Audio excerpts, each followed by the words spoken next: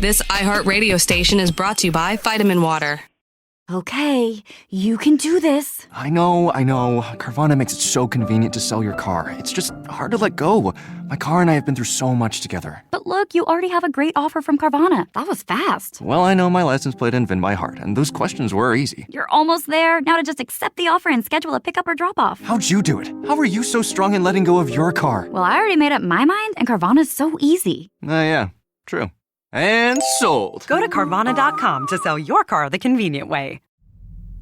Bienvenue à vous qui avez décidé de nous écouter et de prendre part à ce nouveau voyage de l'esprit. Pour nous narrer l'histoire de l'univers, vous pourrez compter sur la verve de Willy Brahamy, un ami, physicien, ancien prof, pilote, conférencier, musicien, bref, un touche-à-tout cosmique et de ses années d'expérience de vulgarisateur pour vous emmener au-delà des possibles grâce à l'imaginaire. Alors prenez place et bon voyage dans Poussière d'étoiles.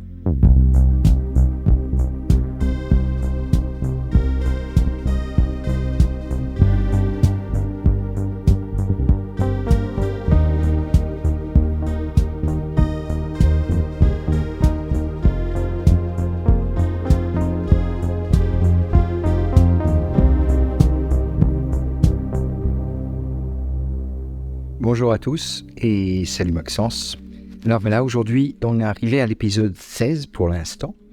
Et avant l'épisode 17, je voudrais peut-être faire une petite parenthèse qu'on appellerait l'épisode 16,5 si vous voulez bien. Voilà, le sujet c'est un peu plus philosophique, ou non pas vraiment philosophique, mais peut-être plus se poser des questions.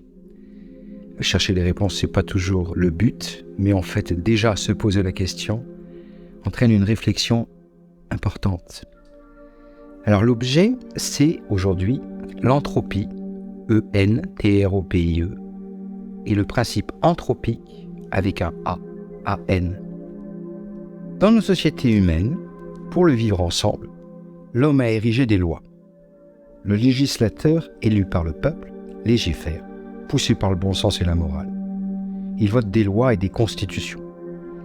Mais en fait, ce ne sont pas vraiment des lois, mais plutôt des règles, car il est courant de voir que l'on peut les transgresser. On le voit tous les jours, de toute façon, que ce soit en voiture ou dans d'autres cas, on transgresse la loi. Et ça pose pas de problème si on ne se fait pas avoir, et si on se fait avoir, c'est pas bon. Par contre, la nature semble fonctionner avec des lois, mais plutôt des lois universelles. Par exemple, vous connaissez tous la loi de la gravitation universelle. Elle a été démontrée par Newton, affinée dans les détails par Einstein, et elle n'a jamais été mise en défaut. Et rien, ni personne ne peut les transgresser. Un objet lâché tombe. Donc voici, c'est pas transgressable, c'est une loi universelle. Un autre exemple, par exemple, vous connaissez tous le jeu de pile ou face, vous jetez une pièce 10 fois, tous les résultats sont possibles. 3 piles, 7 faces, 6 faces, 4 piles, même 10 piles, 0 face, etc., etc. Par contre, jetez-la 1000 fois, 10 000 fois, 100 000 fois, vous aurez pile poil la moitié pile, la moitié face.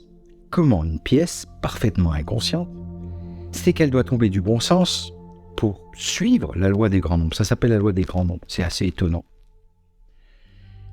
En fait, un principe, c'est une loi physique apparente, qu'aucune expérience n'a validée, et qu'elle ne soit pas scientifiquement démontrée, et qui joue le rôle de postulat final.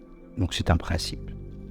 Il existe une branche de la physique qui s'appelle la thermodynamique. La thermodynamique, c'est, disons, thermo, chaleur, dynamique, mouvement. Donc en fait, c'est les transferts de chaleur. Alors, il existe 2 principes qui sont finalement des lois. Le premier principe, c'est, disons, la conservation de l'énergie. La chaleur se transmet d'un corps chaud vers un corps moins chaud. C'est comme ça. Et en fait, vous connaissez tous cette monstrueuse expérience qui, une fois au lit avec son compagnon ou sa compagne, il ou elle vous pose son pied glacé sur le vôtre qui est très chaud, et là, vous sentez la douleur. Qu'est-ce qui se passe exactement ? L'autre personne, elle est contente parce que d'un seul coup, voilà, c'est pas mal, c'est bien, c'est agréable. Et pour vous, non, ça ne l'est pas du tout. Qu'est-ce qui se passe en fait ? En fait, ce qui se passe, c'est que la personne qui a le pied froid est en train de vous pomper la chaleur. Donc la chaleur rentre de votre corps vers le sien. Et voilà, tout va bien. Par contre, vous sentez le Le froid, votre sensation de froid, c'est tout simplement la chaleur qui s'en va. C'est ça la sensation de froid.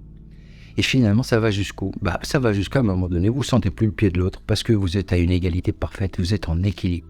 Voilà un tout petit peu le sens du premier principe de la thermodynamique. Il existe un second principe, qu'on appelle le second principe de la thermodynamique, qui postule l'irréversibilité des phénomènes ayant trait à la nature. Tout tend vers le plus grand désordre. Tout objet matériel se dégrade avec le temps. Tout vieillit, hélas. Et ces phénomènes sont irréversibles. On n'a jamais vu un objet cassé se reconstituer spontanément. On n'a jamais vu un être âgé rajeunir, etc. Cette notion de dégradation et d'irréversibilité s'appelle l'entropie. E-N-T-R-O-P-I-E.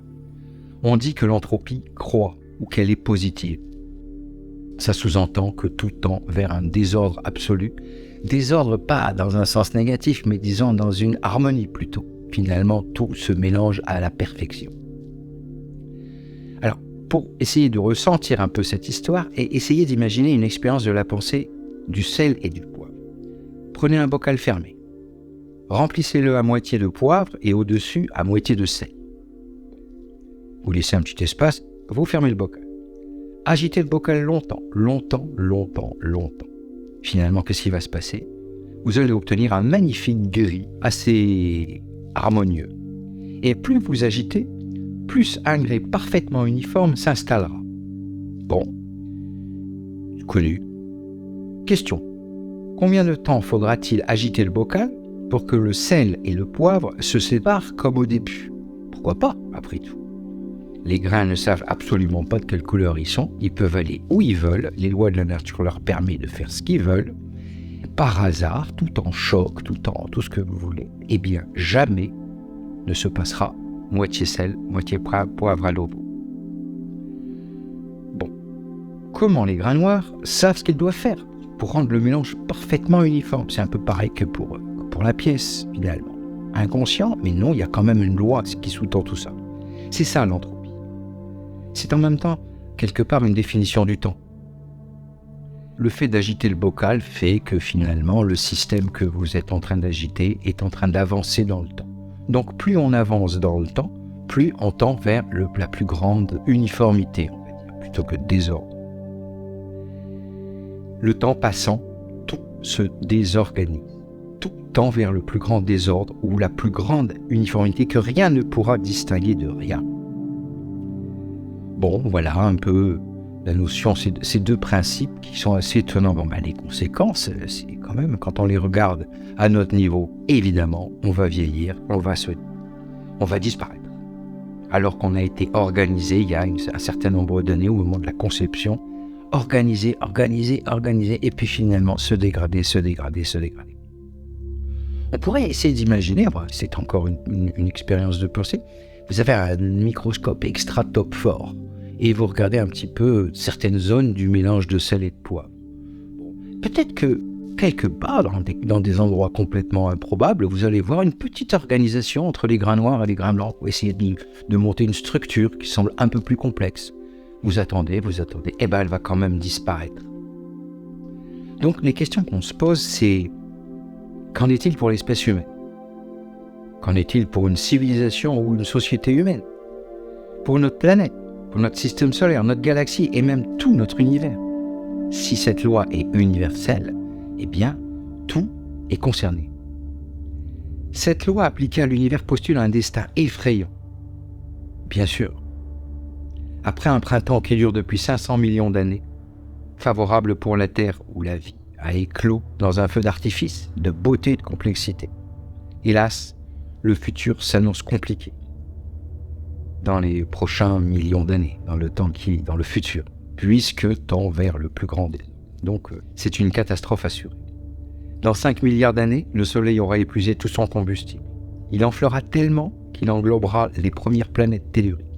Bien sûr, la chaleur sera tellement intense sur Terre que toute la vie aura disparu et que les océans se seront déjà évaporés. Mais peut-être que l'homme trouvera une source d'énergie qui lui permettra de se sauver de cet enfer. Peut-être une autre espèce aura évolué ailleurs pour continuer l'aventure et la complexification.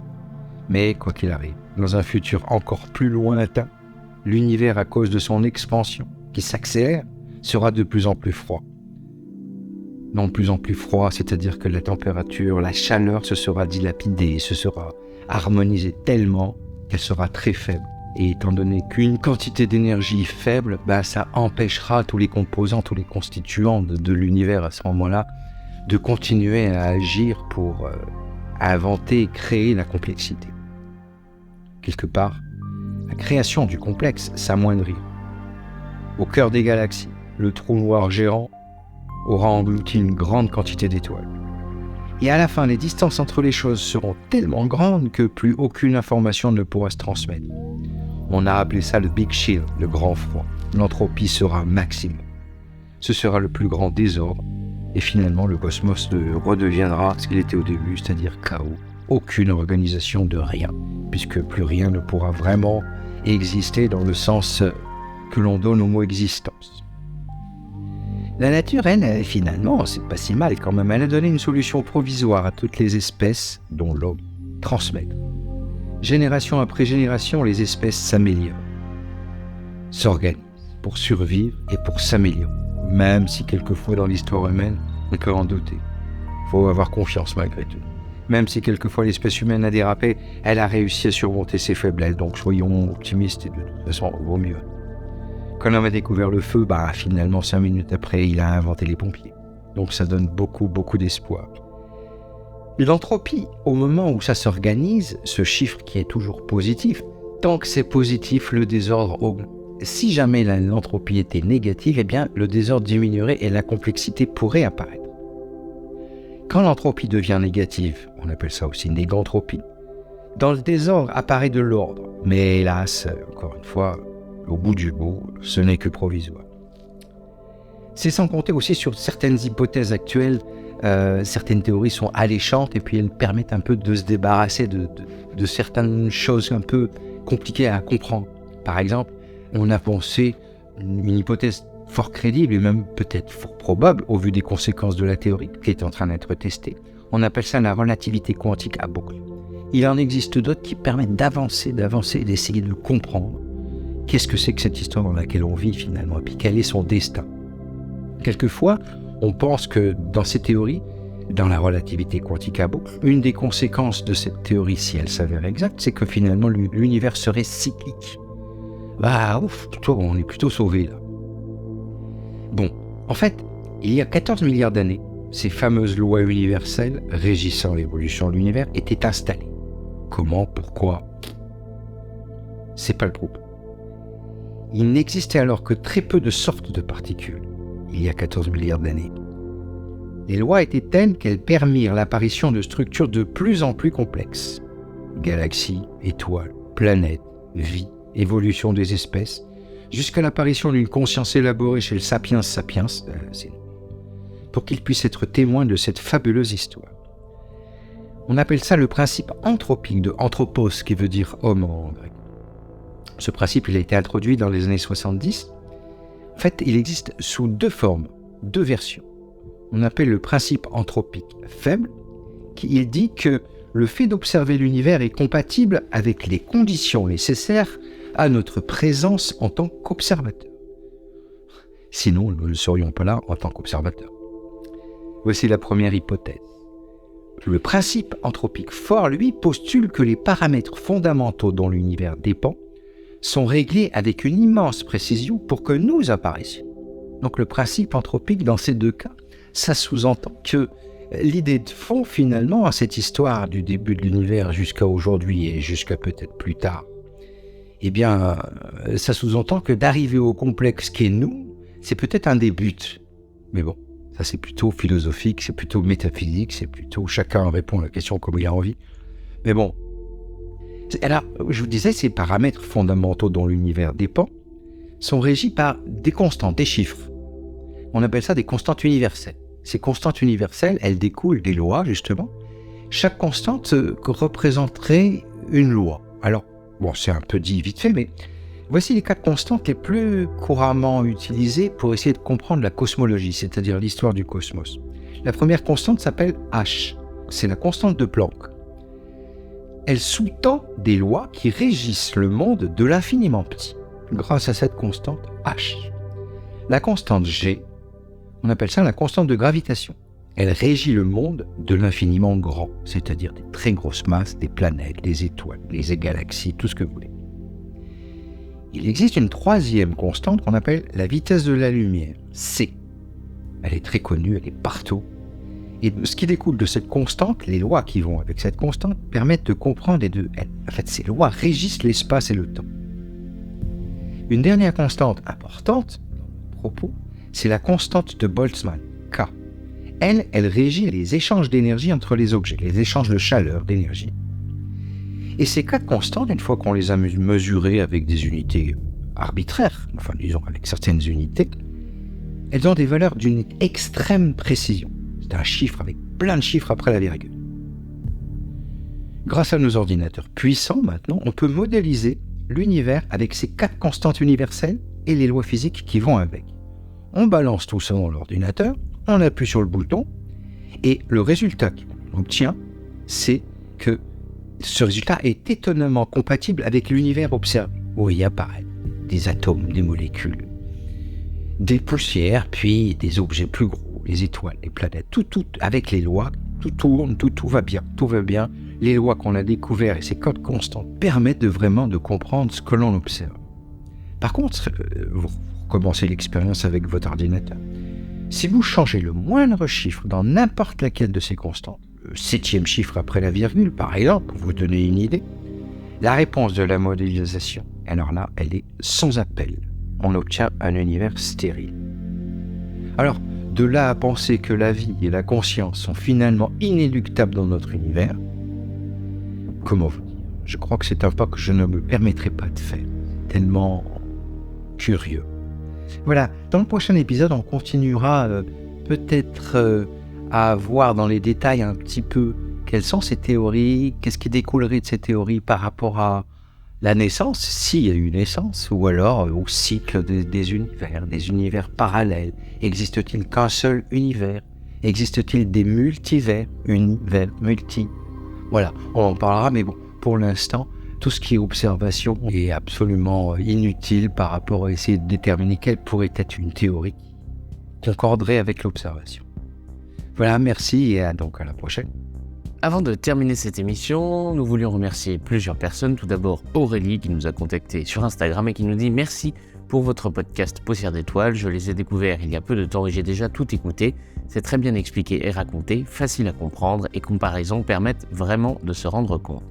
Merci pour votre travail et bonne continuation. » Merci Aurélie. Et puis on a un deuxième message de Mona qui nous dit « Je vous ai découvert il y a quelques nuits, je vous écoute pour dormir, j'adore, mais je vais également les écouter éveillés parce que ça m'intéresse vraiment aussi. » Merci à vous deux en tout cas pour vos commentaires, ça nous a fait à moi et à Willy comme d'habitude très très plaisir. Continuez à partager cette émission si elle vous plaît, et puis effectivement écoutez-la peut-être pour vous endormir, pourquoi pas. L'émission a été conçue également comme ça, non pas comme un simple documentaire scientifique, mais plutôt comme une invitation au rêve. À bientôt pour un nouvel épisode de Poussière d'étoiles.